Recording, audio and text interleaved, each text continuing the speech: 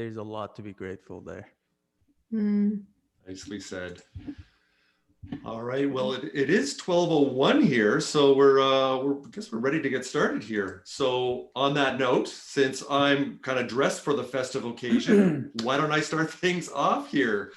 So welcome everybody to What Keeps You Up at Night Holiday Edition. I am Colin Weston, the community leader for Startup Vancouver, which is one of over 40 chapters of Startup Canada across the country. And as you can see with my lit up sign here, my festive sign today, what we do and why we do it, we are the voice for the 3.5 million entrepreneurs across Canada to give all of you the opportunity to succeed the best you can by connecting you to each other, to resources, and to awesome events like this today. And this is our 39th, can't believe it, number 39 that we've done. So before we get started here, because we are going to express gratitude and wrap the year up here with our three guests and my two co-hosts, I just want to ask first my two wonderful co-hosts that I've spent a good chunk of this year with, distanced, unfortunately, hopefully next year not so distanced, but I'll start introducing to Maryam Mobini. Maryam, how are you doing today?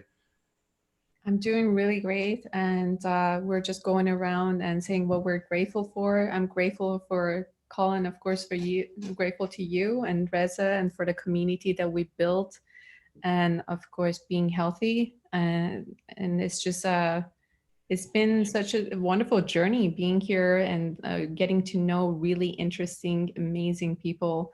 It's been an inspiration every week. So thank you. Wonderful, and thank you. And it's been so great getting to know you this year and becoming friends with you. So that's one of the many, many things that I am grateful for that I will be celebrating here today. And Reza V, my good friend, who I met around this time last year when he was just launching his incredible 100 events in 100 days, which he managed to sneak in right under the COVID-19 wire, because you wouldn't have been doing that this year. And I met you several times, and our relationship has blossomed since then. And I'm grateful to have you as a co-host and a friend. So Reza, how are you doing today, buddy? I'm doing great. I'm grateful for being on this show, and we're about to do 100 episodes here. I'm excited for that now. It's about to do, I was thinking how to do 100 virtual events in 100 days. Now I'm about to do 100 in 100 weeks with you. So grateful for that. There we go. That we are definitely going to do. So before we introduce our guests here, I am quickly going to share the screen here and just run through a couple of community announcements and just to get us up in speed to prep us for today's show. So last chance of the year for me to get this right. Reza, I think I got it right again. You got it. Oh, wow. 4 in a row there. What do you know? What do you know? So today on our show, we have three fabulous, diverse guests. With Njeri Watkins, who has been with us before in the summertime as one of our keynote speakers with our Cannes Startup Stories celebrating Black entrepreneurs. And she shared her story, her journey, her truth. And it's such a pleasure, Njeri, to have you back here again. And she introduced us to her good friend and also colleague, Dr. Francis Vala, who's going to be talking about many things today that he's doing in the entrepreneurship and the healthcare, health tech space, and with H.E.A.T Academy. Love to hear that today. And also Cheryl Appleton, who's in Toronto, I do believe, the GTA. One of the many things that Cheryl is doing and behind, and going to be focusing primarily today with her work with Canadian women in food. So with that, we always start with how's everybody doing? How's everybody hanging in there? So I did start with our two co-hosts today. I already done with them, so I'm gonna put it out to introduce our three guests. So let's start with Njeri. How are you doing today? How have you been coping over these last few months here? How are you hanging in there today? I'm doing great, Colin. It's my conversations continue to get a little deeper and a little longer, and building that connection with everyone. But I'm surrounded by community and, engaging with so many people that I would not have had this much time to engage with. So looking at it from a relationship perspective and people connection, that has just made all of the challenges of COVID just so, minute in the bigger scheme of things. So I'm doing great and Wonderful. Grateful to be here today. Oh, it's so good to see you again. And Cheryl, I know this is the first time we've had a chance to meet each other. I do thank my good friends at Startup Canada because they connected us, and we we want to make this, or we have turned this into a national show and a national platform for entrepreneurs spanning the entire country here. So Cheryl, how are things in Toronto these days, and how are you doing?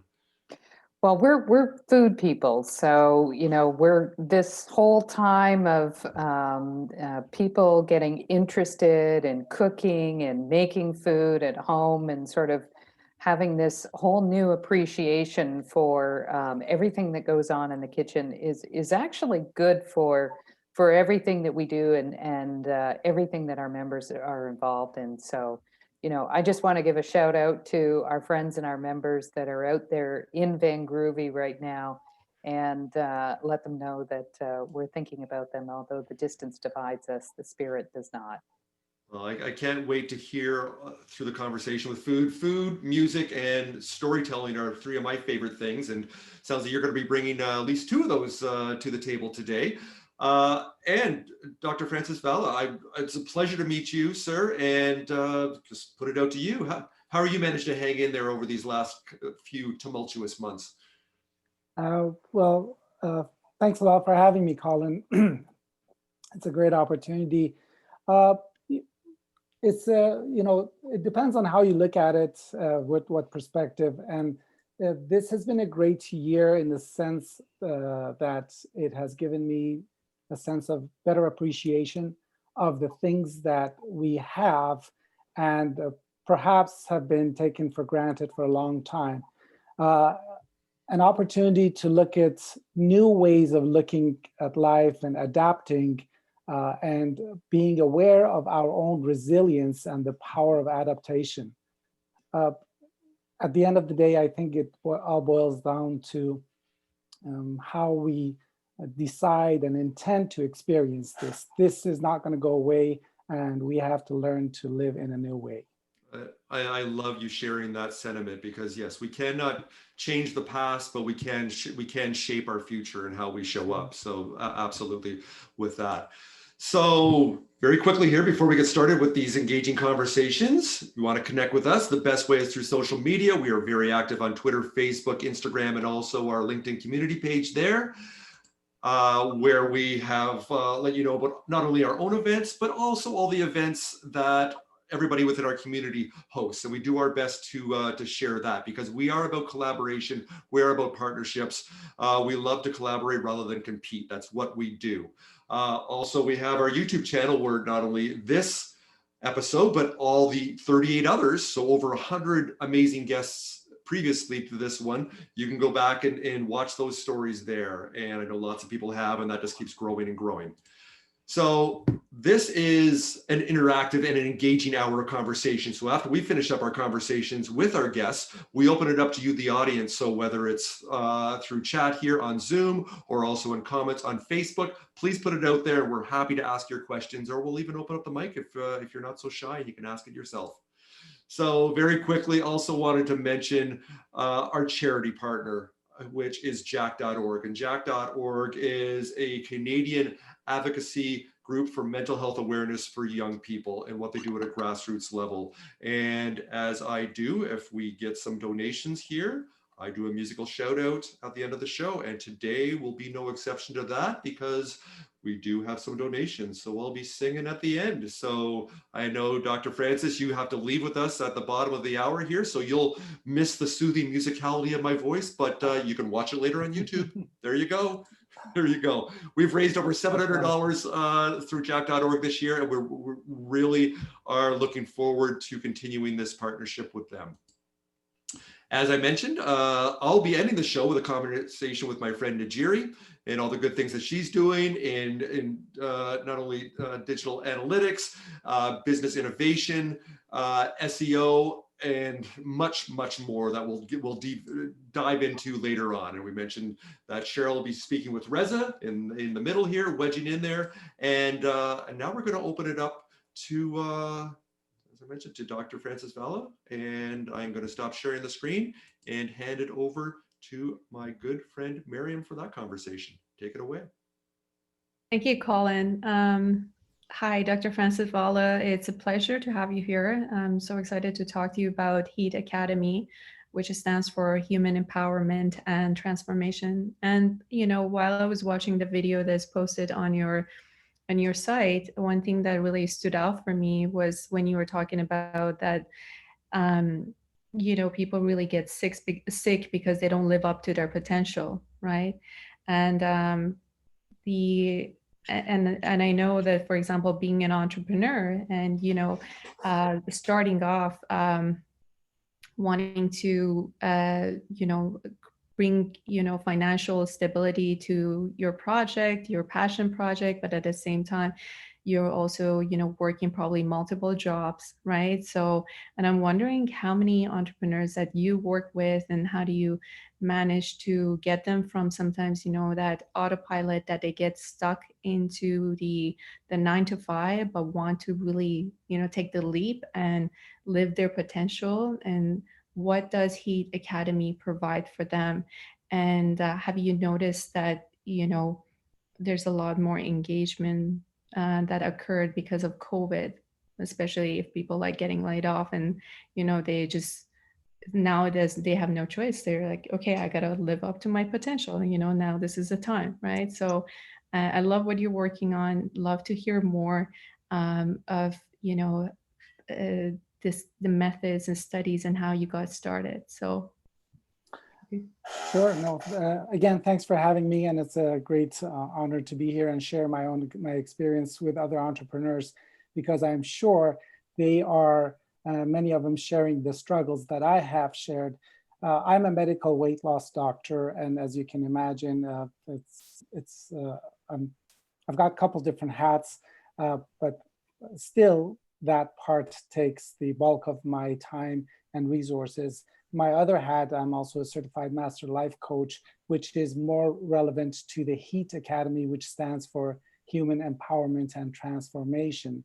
And like, as you mentioned, one of my ongoing challenges has been, how do I shift more and more of my work and resources towards my passion and to be able to live my dream?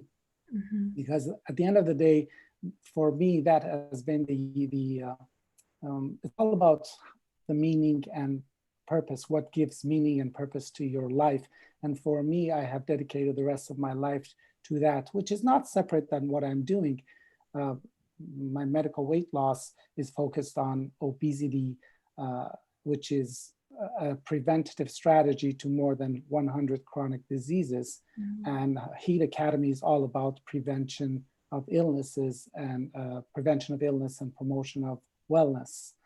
But it's also integrating technology and coaching into this platform. So at the end of the day, it's a digital health and wellness platform that is designed to unlock the full human potential, to help them reach their ultimate self, if you will. The focus and the theme is all about prevention of illness and promotion of wellness. So to answer your question, one of the strategies that I wanted to share has been this 80-20% rule, where I have implemented for the last few years. How do I shift 100 or 120% of my work on medicine and my medical practice, which I've been doing for quite a while now. I've taken away 20% of that time and focused on building this entrepreneurship, the H.E.A.T Academy. And as things are transitioning, hopefully I'll be able to dedicate more and more time and align these two together, which has really given me a lot of sense of fulfillment and satisfaction. I love the prevention model and the biopsychosocial spiritual model that you've adapted, and you're calling it body, mind, soul, and social aspect, which I think is very key, the H.E.A.T wellness wheel. And I'm wondering how, I haven't seen your platform, so if you could tell us a little bit about how, you know, your clients use the platform, and are you one of the coaches, or you have more coaches on the platform as well? Yes, so we do have more coaches. So this H.E.A.T Academy, at this point, we have 4 people on the faculty, and we're having more and more. And hopefully one day it will turn into this H.E.A.T University, if you will. I would like to share this specific tool, which I think is a very powerful one that people can use to, as a guide, as a tool to direct their how they want to design their life, and it's like a roadmap to their life. So if I could just share this one screen. Sure. I believe you should be able to. Yes. Yeah, there you go. So can you see this? Yes. This is the wellness pyramid. Many people, what I've realized in my medical experience is that initially they're healthy in the green zone, and over years they slowly enter into the pre-disease stage, which is the yellow zone, and or subclinical stage, and ultimately in the disease stage, which is where we are. And quite honestly, and I mean, what happened was that I lost my dad at the age of 62, and he had a massive heart attack without any previous signs of heart disease. And that was one of the biggest wake-up calls for me, that I realized while I was a doctor and I was doing curative medicine for years, that was a wake-up call for me to shift from curative to preventative medicine. I mean, I was a doctor. I couldn't save my life, my dad's life, but I did realize that there's something missing. And collectively, most of our health care systems are designed and focused on the tip of the iceberg, the red spots. You know, I'm there sitting in my office waiting for people to get sick and then come to me. That is not right. That's not what I signed up for. And we collectively can do better than that. Yeah. So I decided to shift towards being able to use technology, our knowledge and platforms to capture the disease before it happens. At the pre-diabetic stage, at the pre-heart attack stage, at the pre-cancer stage, we have the ability to do that. And, also the screen part would be, well, what about the majority of the people who are under the tip of the iceberg, and they're apparently healthy, but could they be healthier? How could we develop a roadmap for them to push them to their ultimate self? So this is the tool that we have designed. I've asked hundreds of people, like, how much of your full potential have you, do you think you've utilized? And there's been like 10%, 50%, and all these different numbers. But my question was, how do you even measure that? So this is a tool that we have developed that they can actually measure their human potential up to a decimal point.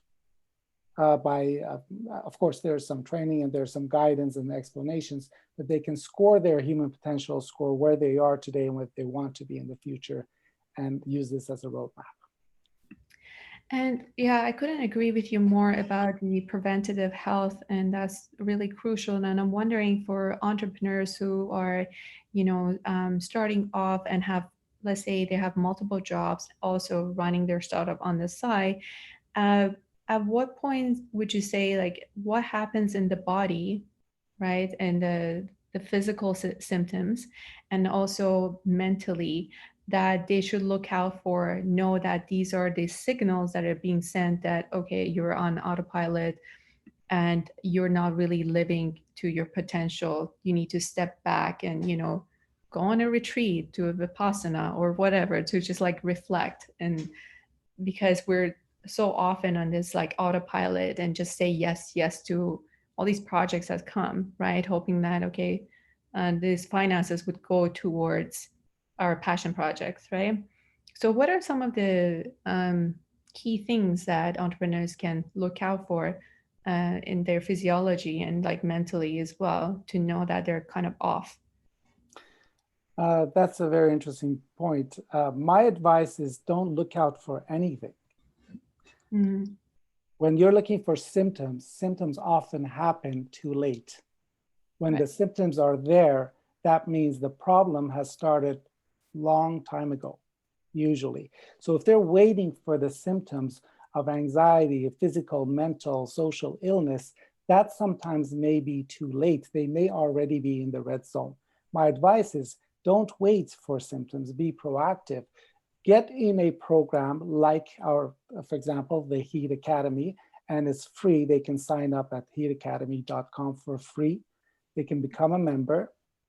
And or similar, I mean, there are many different proactive programs out there that they could sign up to be able to capture the symptoms or signs before they happen, so that they could intervene at a much earlier stage. And as you mentioned, these are all related, and part of what we're trying to do is show through data and technology how these different parts and aspects of life are all related to each other. Yeah, that's a good point. So what happened after you get your score? So for example, of course, this is one of the tools, and we also have a roadmap of how they can improve any aspect or any foundation or sub-foundation they may choose. For example, if I want to improve my relationship, I do a baseline score, not just in the relationship sub-foundation here, but in all of my, in the context of the holistic life view. And then I start working on my relationship, whether that is signing up to a course or whatever I want to do, work with a mentor. After that period of intervention, I would score again in all foundation. So of course, my primary objective is to improve my score in the relationships. If I don't improve it, that means the program probably didn't work. But not just that, we also want to see how does my relationship improvement affect my mental health, my physical health, my financial health, and so on. Yeah, because they're all interconnected, right? Absolutely. For example, like I feel like a lot of this, I feel that sleep is queen, actually. If you're not getting enough sleep, or, then that affects the way your mind works, how focused you are, right? And your body and everything as well. So that's really great to know. I have more questions, but I'm just going to pause here and open it up to, to see if there are any questions from the audience, and perhaps Colin or Reza, you can let me know if you guys have any questions or our guests have any questions. Colin, you're on mute. I am doing too many things at once. Because for Dr. Francis, first of all, if you could stop sharing your screen there just so we can all come on, that would be great. And thank you for that. Those slides were really, really helpful, really informative to help there we go.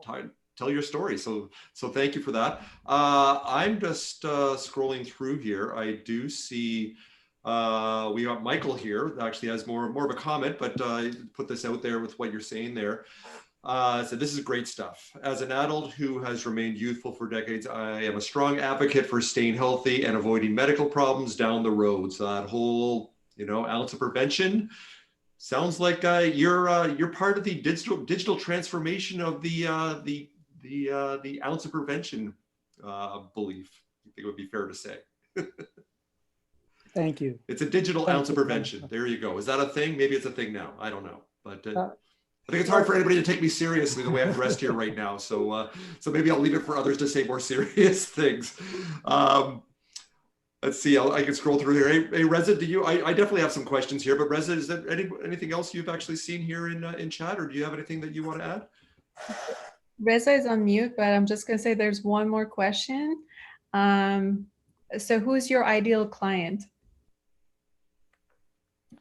At this point, as you can imagine, we're talking about life mastery, we're talking about many different aspects, but we have broken down into bite-sized projects. And the first project is focused on chronic disease prevention, one of those chronic diseases being obesity. So we're targeting obesity, diabetes, and cardiovascular disease. So my ideal audience at this point would be adults who are at risk of these conditions. We want to capture them and help them not get into the red zone. Mm-hmm. Thank you for that. There's another question, and Michael's, it would be nice to be able to measure aging and breakdown. Do you do anything along those lines? prevention and etc. Sorry, I'm not very clear on the question, whether measuring aging from like an internal perspective. I'm not quite sure if I understand the question properly. Yeah, I'm not sure. Measure aging and break it down. Not sure, to be honest. Okay. Here we go. But Maybe there's Michael enough- can clarify that perhaps. They might mean like anti-aging or slowing down aging, something like that. Yeah. Anyways, if that is the question, yes, there are ways that we can slow down aging from a scientific perspective, not just on the outside, of course, and taking care of your skin. Those are all important cosmetically and aesthetically, but more from an internally. One of the things we do on preventive medicine is focus on actually reversing or slowing down the aging of the cellular age. Great, that's a great point. And there's one more question. Do you work with insurance brokers that focus on that area?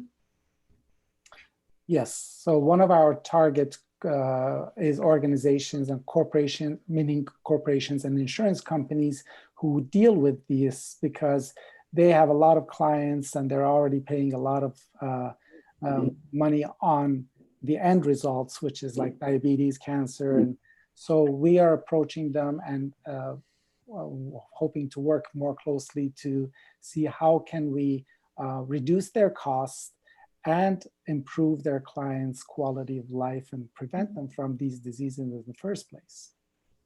Thank you.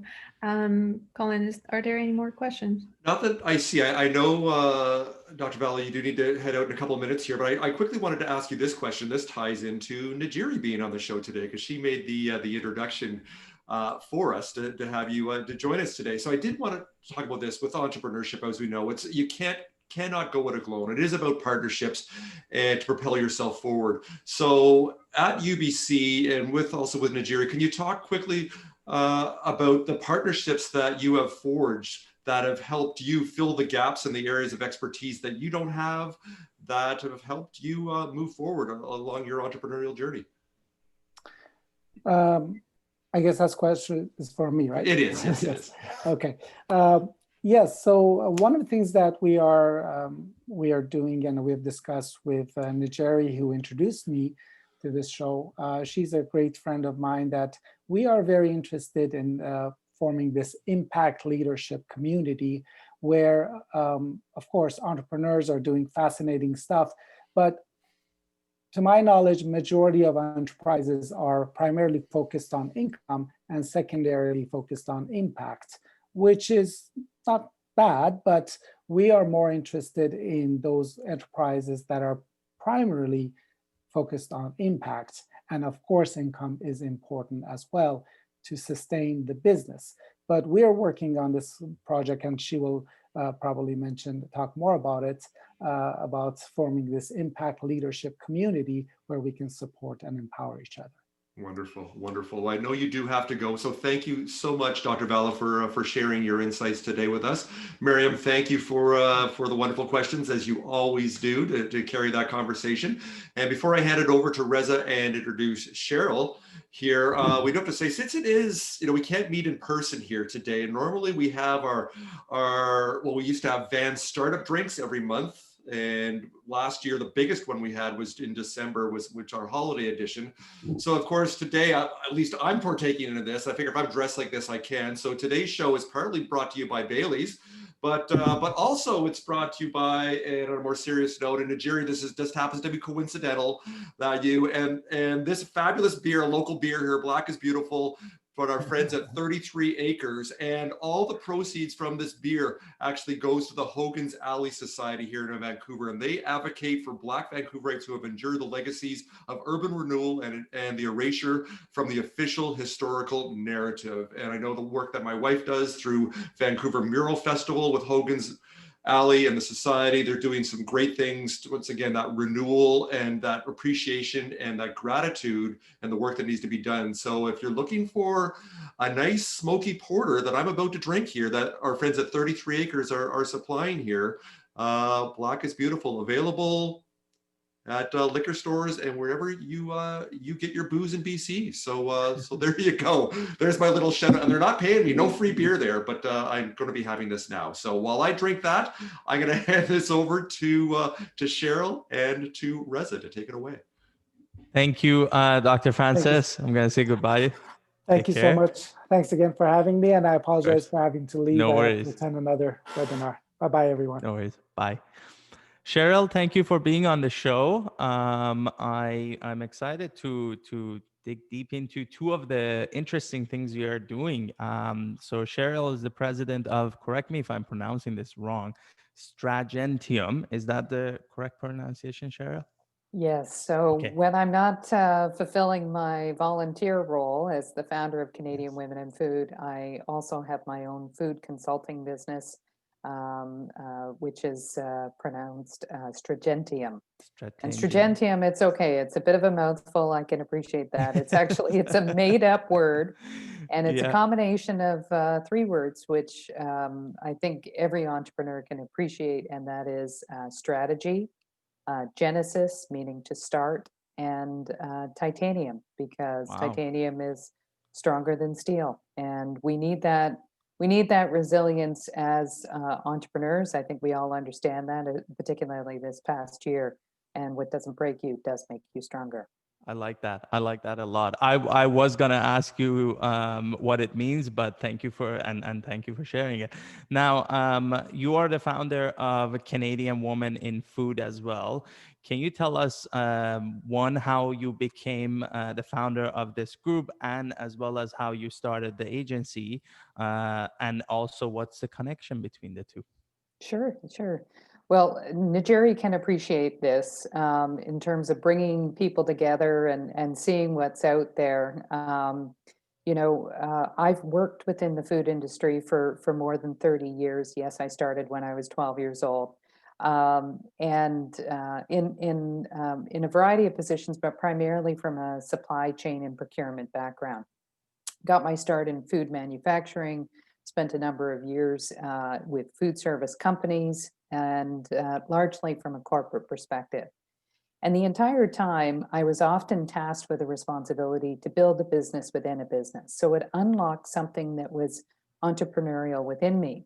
And although I had participated in and joined many trade associations, there really wasn't anything out there that existed to help support women who own their own businesses in the food and beverage space. So shout out to Colin to giving props to the beer company, because that's what we need to do. We do need to support local in this country, and we do need to support owners of small businesses because they are absolutely everywhere.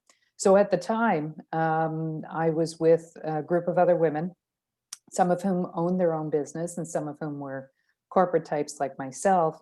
And they agreed that there needed to be something to fill the space. And this was back about 6 years ago. And so they turned to me and they said, Cheryl, you're going to lead it, right? So it was a story of, give a busy person a little bit more to do. And that's really where it was born. So we launched Canadian Women in Food to the industry in 2014. And since that time, we've evolved as an organization. I would say that we're much stronger today. And we have people coast to coast. We're out in Vancouver, we're out on the East Coast, and all points in between. So if you haven't heard of Canadian Women in Food, there'll be a chapter coming soon near you. The connection, to answer the second part of your question, which is how did I start up my business, Stragentium? That happened in 2018 after a long career in the corporate work world. One of the opportunities that I had was to help to build a family-run business. And after turning around that family-run business and ushering in the next generation of entrepreneurs, it presented an opportunity for me to start up my own consulting business to be able to do similar work for other organizations who were looking for that kind of strategy, that kind of operations, that kind of management work. So that's where Stragentium came from, out of that. Amazing. So you mentioned about the chapters that are opening up on Canadian Women in Food. Are you guys operating? Which cities and areas you guys already have chapters, and which areas are in plans to have a chapter soon? Okay, so we do have plans to open chapters in Manitoba, Alberta, Saskatchewan, and BC in 2021. So far this year, we have opened up a chapter in Ontario East, which is based out of Ottawa. And we also have a chapter which represents our Francophone members. And so it is really the national equivalent to ourselves. So primarily our home base is here in Toronto, and our members are predominantly Ontario based, although they are all over the province. So we have members who are out of the province, as I said, in every province right across the country, but we don't necessarily have chapters established. One of the things that we've discovered is, and you can appreciate this with startup, is that it's really important to let people who are doing great things in the markets in which they operate, allow them to continue to do those things, but give them the love and support that they need in order to be able to coalesce around a common theme or a common idea, and really to be able to engage with the broader community to get them excited. And it doesn't take a lot in order to be able to make that happen. You really need about 5 to 6 women in your local community who are motivated to be able to support a chapter, and in order to get things started. And the ball gets rolling from there, and pretty quickly. So tell us, who are the type of people that already are engaged and members in your community, as well as who are the type of people that are joining, like who should listen to this? Sure, sure. Well, any woman out there or female identifying, who happens to own her own business in the food and beverage space might be interested, but they should, I should tell you a little bit more about what it is that we do, Yes. because we do so much more than just connect and inspire. There are a lot of entities that are out there, and they're great places who like to warm seats, but we do a lot more than that. So our primary mission as an association is to prioritize opportunities for our members to market and promote their businesses. That's the number one thing that we do. The number two thing that we do is we work with our members to create learning opportunities that are meaningful to them. So that means it needs to be in bite-sized pieces, or pre-recorded opportunities that they can then access later in the evening after you put the kids to bed and you're finished with the business for the day. The third thing that we do is we work with industry to help unlock access, to help make business easier for our members. And the fourth thing that we do is we're a serious network, and we're really committed to building this community of women in food from coast to coast. And that's a little bit different, because there's a lot of Facebook groups that are out there that you can join, but they aren't necessarily a committed community of people who are engaged and involved, and that's who we are. Amazing. Tell me a little bit about, I want to know in food, what sort of a trend you saw over the 2020 with the pandemic. One thing that comes to my mind in terms of food, other than, food, packaging foods that sell over the counter or like in retail, cloud kitchens have been a big trend. Have you seen that in your community? Have you seen do you have any entrepreneurs in that area? Well, cloud kitchens, ghost kitchens have always existed. We used to call them caterers. Yes. Yes, that's right. And they still exist, So it's a concept that's being embraced by big business, as big business starts to understand that they really don't necessarily need to have the commercial footprint, on the main street in order to be able to deliver a great product into the hands of the consumer. For the vast majority of our members, they produce a product. So their primary concern is about the limits COVID has placed on their ability to access retail channels and be able to bring products to market. That's the biggest concern that they have, because you've got inventory that you're sitting on, and what's unique about working in food is your product is always expiring. There's always an end date to it. So if you're unable to facilitate the sale of that product, that's a lot of money you've invested that isn't going anywhere. So the big challenge with COVID is, as many of us are centrally focused on only being able to shop at our big grocers, those same grocers have really narrowed the categories of products that they will purchase from.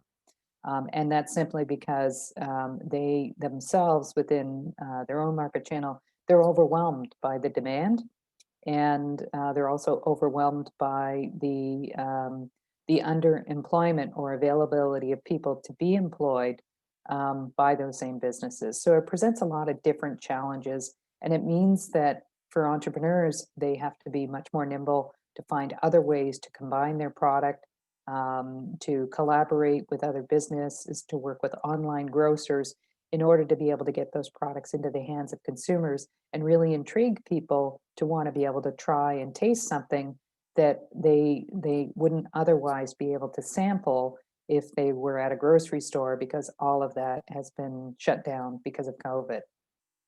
It's interesting how when market shifts that quickly, that fast, it leaves a certain categories behind, and it thrives in certain other categories. In my mind, some of these food products, unless people go to Costco, go to these big retailers, have sample stations that they can try it, they're not willing to just shop online with an unknown brand that they don't know what it's going to taste like.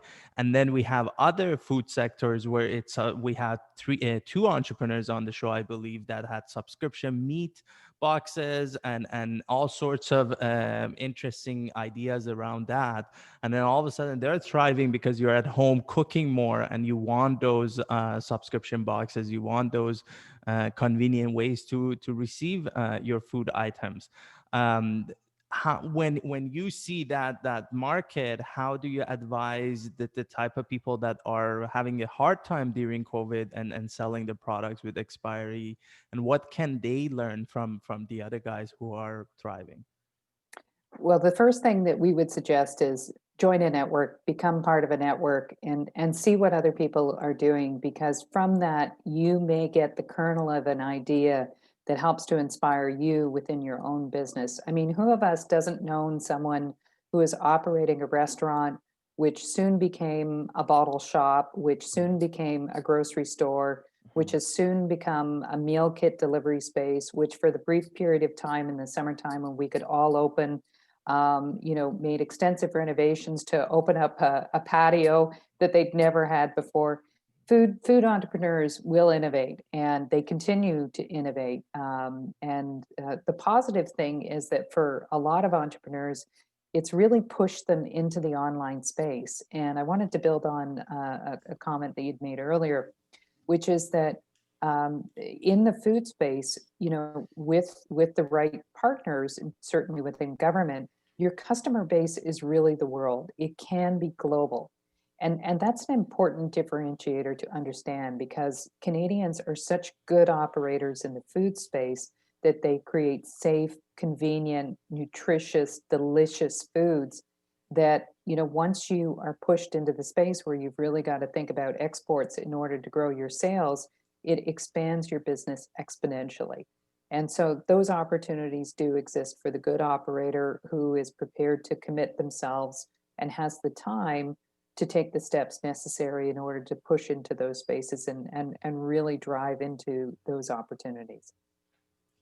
Awesome. Thank you. I'm think I'm running out of time, so I'm gonna hand it to Colin. I'm gonna end it with, I personally had a lot of benefits from being surrounded by like-minded people and people who are above me. When you're in a room that you're the smartest person, you're in the wrong room. So joining a group like that would, I would imagine how much it would elevate the entrepreneur just by getting ideas and getting motivated from other peers. So definitely check it out. And as well as Stragentium, if I pronounce that correctly. I see you guys offering a lot of services around the same problems and needs that entrepreneur may have. So definitely check them out. I'm going to hand it to Colin if we have any questions. Yeah, great. Thanks, Reza. I'll turn it over to Maryam in a second to see if we have any questions in chat here. I did want to ask you one question, though, Cheryl. I'm seeing on your website here, you've got a product or a platform you call Recipe. I'm just curious to hear, as an entrepreneur, was that something you had right at the beginning, or when you launched and then got feedback and listened and observed and saw what connected and what resonated and what didn't? Was Recipe something that came from conversations and needs that you saw after the fact as part of that evolution or that iteration of the entrepreneurial journey with what you've created here, or is that something you had right out of the gate? It was something that evolved. You're absolutely right, Colin, because in working with our members, one of the things that we realized is in operating a business, you need services and goods in order to operate your business, whether that's packaging, whether that's labeling, whether that's food science services. And so Recipe is really about adding the right ingredients at the right time in the right quantities and in the right way in order to be able to make your business work. So as a result of that, we have partnered with a number of businesses to be able to offer services to our members that they can receive at substantially discounted rates once they become a member of Canadian Women in Food. So that's a huge lift, particularly this year for our members who may not have had, let's say, a website that had online e-commerce capabilities. Being able to work with one of our partners was a major cost savings for them when they were forced into a position to have to invest in their brand. And those are sort of the value pieces that we like to surround our members with to ensure that they feel supported and that it's transparent to them and that they can make it work with their budgets. Wonderful. Love that. Before I have my conversation with Njeri, just wanted to hand it over to Maryam. Did you see any questions in chat, or Maryam, is there anything, so I know you're one of the most curious people I know, is there anything you wanted to add to this conversation? Thank you. Michael is saying that I love that type of organic success. That's a comment from one of our guests. And I'm just wondering, from the people that you work with, what is one of the, maybe you can, just give us one of the stories that comes to mind of a interesting and innovative ways that the, organizations that you work with pivoted during COVID and to deliver to the food to the customers. Well, wow, there were so many. I think really, one thing that was brought up just recently, and each and every week we have an open call with our members.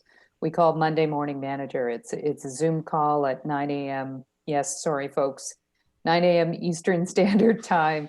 And although we did have a session that was at 10 a.m. this week, and in it, one of our members who shared, and their brand is going to be launching very soon. They had a brand idea at the beginning of COVID, and of course, COVID happened, and that really put the brakes on things for them.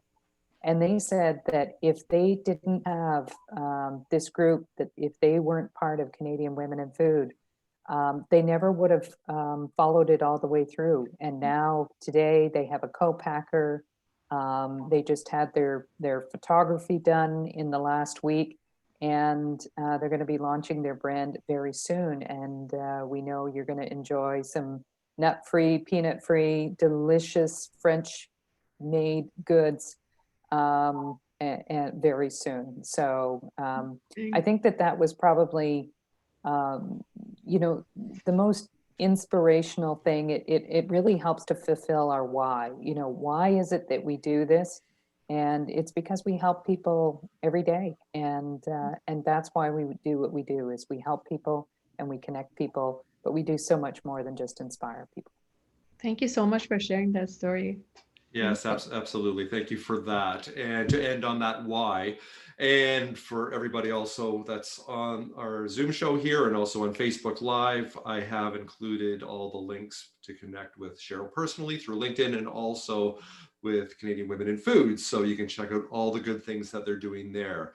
So now it's my chance to have a conversation with my good friend Njeri Watkins. And Njeri has been with me on the journey of Startup Vancouver since almost day one, gosh, back in kind of springtime of 2017. It was a while ago, of you being one of the early ones, the volunteers to jump on and help us kind of figure out what we should be doing and what we shouldn't be doing, and kind of bouncing in and out. You're such an incredibly busy person doing very impactful things that you've still made the time to help us out. And I want to express my gratitude over the years for you helping there. So Njeri, I want to ask you first of all, share with our audience here what it is exactly that you're doing, because you juggle a couple of different balls. So let us know what you're doing in the entrepreneurship space. I do, Colin. Well, first off, thanks again for having me. And it's such a joy to connect with my community at any point in time. So thank you. And thank you for supporting me on my journey. It's, you know, what COVID has taught me is that having a strong network will really help you through the tough times. And I've been really fortunate that from all the work I've done over the years and teaching and being active in the community for over a decade, that when challenges happen, I can sometimes be the go-to for other individuals. And so I've relied 100% on referral business through COVID, and spent that I didn't even know existed. So, you know, this is where you just have to say thank you for your network, and you don't realize the seeds you're planting along the way with a lot of people. So it's come back full circle this year for me. And it's kind of been a divine timing in that respect. And I wear many hats, as you said. I'm a business intelligence and data analyst. I'm also an educator. I've been a longtime instructor with the University of British Columbia, very active in the community as a startup mentor, community builder. I lead a number of organizations. I'm involved in my local city on the Economic Development Advisory Committee, and leading up a tech subcommittee, and just happy to be around so many amazing minds in the various sectors, whether it be the public sector, academia, private sector, and community builders at a grassroots level. So I have a lot of richness in my engagements and conversations and people that I work with. The fundamental reasons why people engage me might surprise you, Colin. As much as everyone knows me as you know, the instructor and the community leader in various capacities, what's happened this year has been that there has been a shift. Now, I say to all those who've known me a long time, I actually didn't do anything new this year. It just got amplified. And back in 2011, I had kind of coined the term imposed change is the new normal. And this came about because I was introducing social media and LinkedIn to a lot of new folks, and people would come to the classroom, you know, at UBC, a little bit of arms folded and a lot of resistance. And so I would engage them and have the conversation around what are the challenges that they're having, and realize that everyone around the room was suffering from a little bit of the same challenge. And we'd kind of come together in a circle and say, you know what this means, and impose change is the new normal. And this is a great opportunity for you to define who you are and how you show up in the world. And in 2020, you know, when we talk about imposed change being the new normal, it's the same message, you know. And what I've also been, you know, 4 key areas I would say I've been helping, you know, individuals and collaborating with in 2020. The first one is, I've been saying, you've probably heard me say this in my intro over the years, Colin, that I've been a productive disruptor. You know, it's sometimes an entrepreneur, we have to, what are you? What do you do? I say, well, I'm a productive disruptor.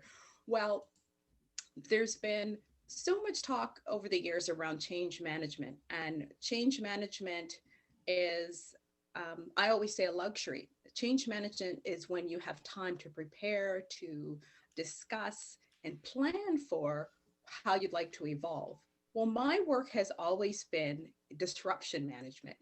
So I've been on the other side. I get called in when there's exhausted resources or something has happened unexpected rather quickly and they have to react. So I've always said, well, I'm in disruption management. Well, You I love that. And you said that, you know, you started or put that out there in 2011. So it Yeah. sounds like what you built up over the last few years, in a way, I don't want to say you were ready for COVID times, but it sounds like you were already kind of battle hardened or resilient, or you've kind of built Right. up that that whole new normal mentality. Exactly. And you're probably more ready than other people are. So I do want to focus on that, on the academia side here. Let's drill down into that for a second.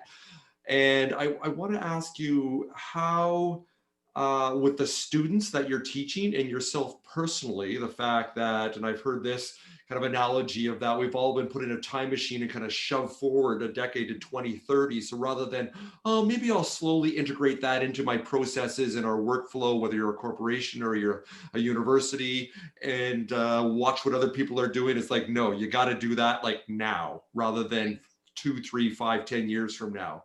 So you're already, sounds like you're already built for that. So I want to ask you how that transformation for you, even though your mindset is already there, how are your students coping? And then how does that then translate into how you're coping?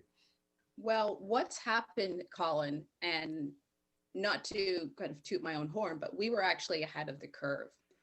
I was in multiple problems through projects and programs through continuing studies at UBC, and what they actually emerged over to Sauder Executive Education, and it's a very different business model.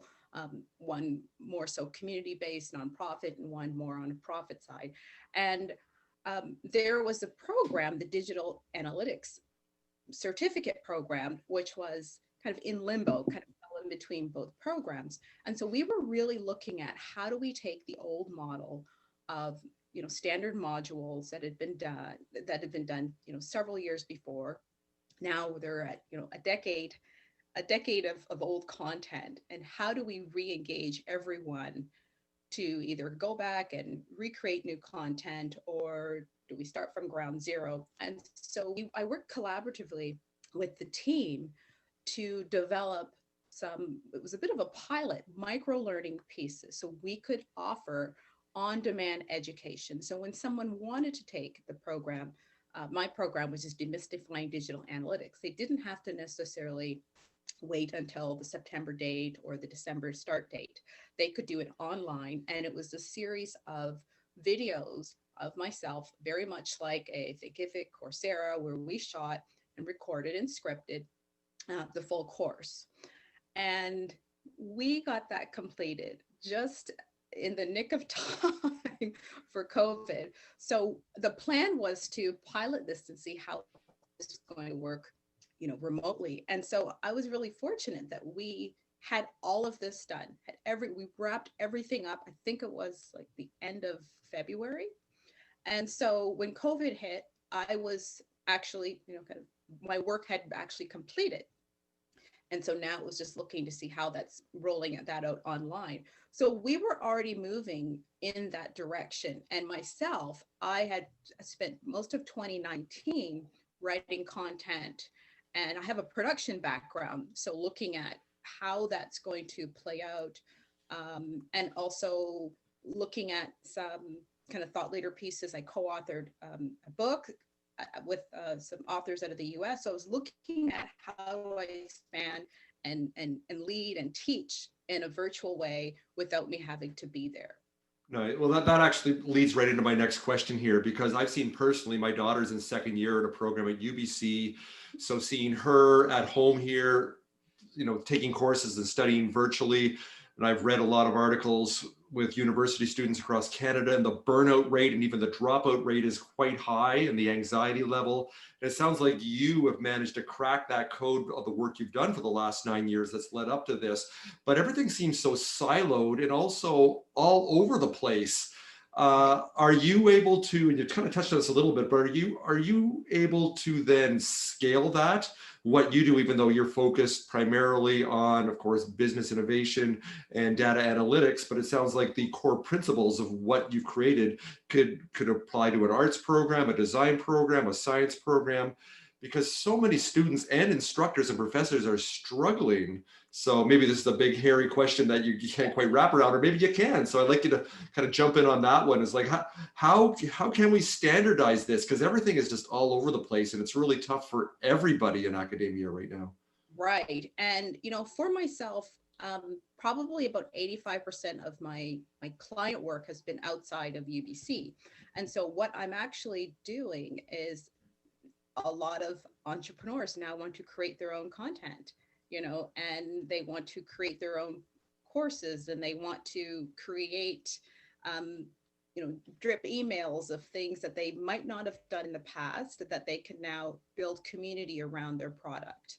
And so I'm actually, working with business leaders and entrepreneurs to help look at how do they want to define who they are and show up in the world? How do you lead when all of your team is virtual? So I'm using a lot of the skills that I have in my course development and content development, actually with entrepreneurs right now, Colin. So many people are wanting to know, how do they transition not just their business from e-commerce online, but how do they transition their brand, and how do they transition all of the selling features of their business online? So I'm actually working with in your industry, a food entrepreneur, restaurateur, who is actually creating a program unrelated to his industry, but on leadership, because people are realizing they have multiple skill sets that are relevant in other industries. And a lot of small businesses are looking at, seriously, could they look at even micro-credentialing within their own organization? And we're seeing this happen in a lot of the big organizations right now, where they're creating their own internal training, and so that they're not having to wait 4 years for a student to complete their degree and then hire them. They're looking at, how can we create our internal kind of code of ethics, business processes, and education for our employees. Love it, love it. And so my last question here for you is, all the insights that you've gleaned from the work you've done over the last 9 years, what can you provide one perhaps do and one don't for, let's say, it's high school teachers and also university educators, whether it's TAs and also professors, of that they could increase the engagement with their students to try to make an effort to eliminate or reduce that burnout and that anxiety that exists right now? Well, one of the things that I encourage people to make a clear distinction is from, are you a leader or are you an influencer? And a lot of us are being inundated with influencers who are leading, and there's that temptation to follow the crowd and do what everyone else is doing on the various platforms and follow those models.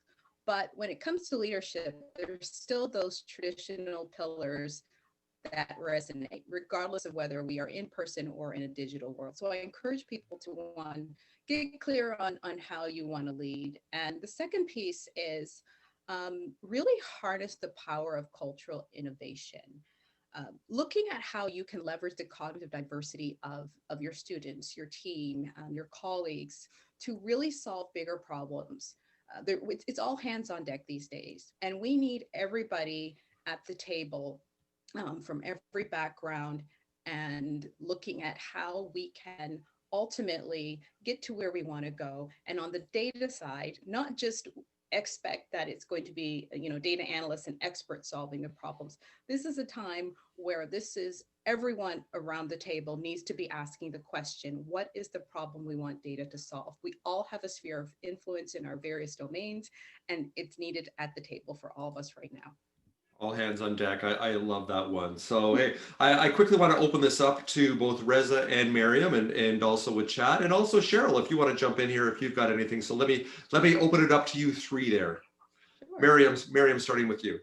Thank you so much. That was very informative. I really appreciate everything that you shared. And I'm wondering, what are some of the collaborative platforms that you started using when COVID started? I understand that you had already, since a year ago, started implementing, but just so I know, what some of the collaborative platforms that you started using with your students to increase also engagement.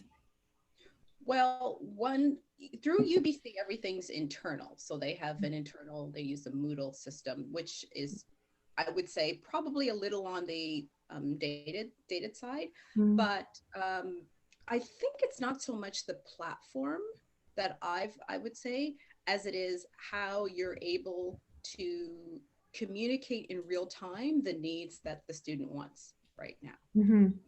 And that's what I tell people. Don't worry about the platform. Don't worry about, all the bells and whistles, but are you getting to the meat of what the problem is? Mm-hmm. And at the end of the day, that people just want what resonates.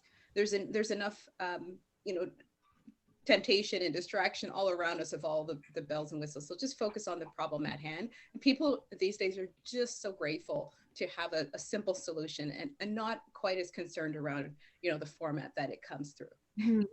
Thank you. One more question. What is your favorite book on data analytics? Favorite book on data analytics? Or it could be a site, somewhere that, what's your go-to to get inspiration? So I am a member of the digital analytics chapter. I co-chair the Vancouver chapter, and that's where I have grown my kind of chops in understanding data. And it starts from, it's based in a digital marketing and online initiatives approach. So even if you just want to start from ground zero, I would lead anyone there. Learn about, before you get into the big heavy data pieces, understand with the basics of what's happening with your email, what's happening with your social, and what's happening with the small numbers of what you use every day on a daily basis. So you can start there. So digitalanalyticsassociation.org is a great place to start. There's lots of education tools, ranging information for those that are subject matter experts to those that are just new and want to know, how do we get started? Perfect. Thank you so much. All right. I know we are past the top of the hour. I know Cheryl has to jump on something else here quickly. So, you know what, we can keep going on and on and on here because this is such an engaging conversation, but let's wrap it up for the year. So before I hand it over to both Maryam first and then Reza to close the show here, as I promised or threatened, depends on how you want to look at it, I will do my musical shout out because we do have someone that's donated money to H.E.A.T.org. And when that happens, I do something that goes a little bit like this. Hold on, a little sip here first. Okay, ready? Here we go. Nice donation by you. H.E.A.T.org says, thank you. You are awesome, Suzanne Enderton. Nice donation by you. All right. There we go, Suzanne. Thank you. On another note, also want to thank my beautiful, fantastic wife, Mallory O'Connor, who donated $250 to H.E.A.T.org. That just happened. So, like I said, amazing organization. We will continue to support them. I want to express my gratitude for my friends Maryam and Reza and all the 100+ guests that have been on this show this year. This has not been an easy year for us overall with COVID. I know a lot of my good friends know that we've been through some personal struggles and a bit of a tragedy here also with us family-wise. And friends, community, to share that love and know that we are all connected has pulled me through this. So I want to thank all of you for that. And with that, first Reza and then Maryam, I want to hand it over to you to close the show, my friends.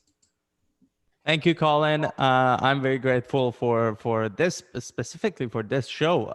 What happened was last year around this time, I met you, and a few events later, we had this idea, and now we're here. You know, I got a lot out of out of these events and people I met. So I'm very grateful. Thanks for everyone for joining. We're gonna take a few weeks off, and we are back in January. Maryam, you can close it. Thank you so much, everyone. And Colin, thank you so much for, planting this seed and having Reza and I be here, and we met really, really wonderful, amazing people. And so it's been super inspiring. Definitely one of the highlights of my week to be here. It really energizes me.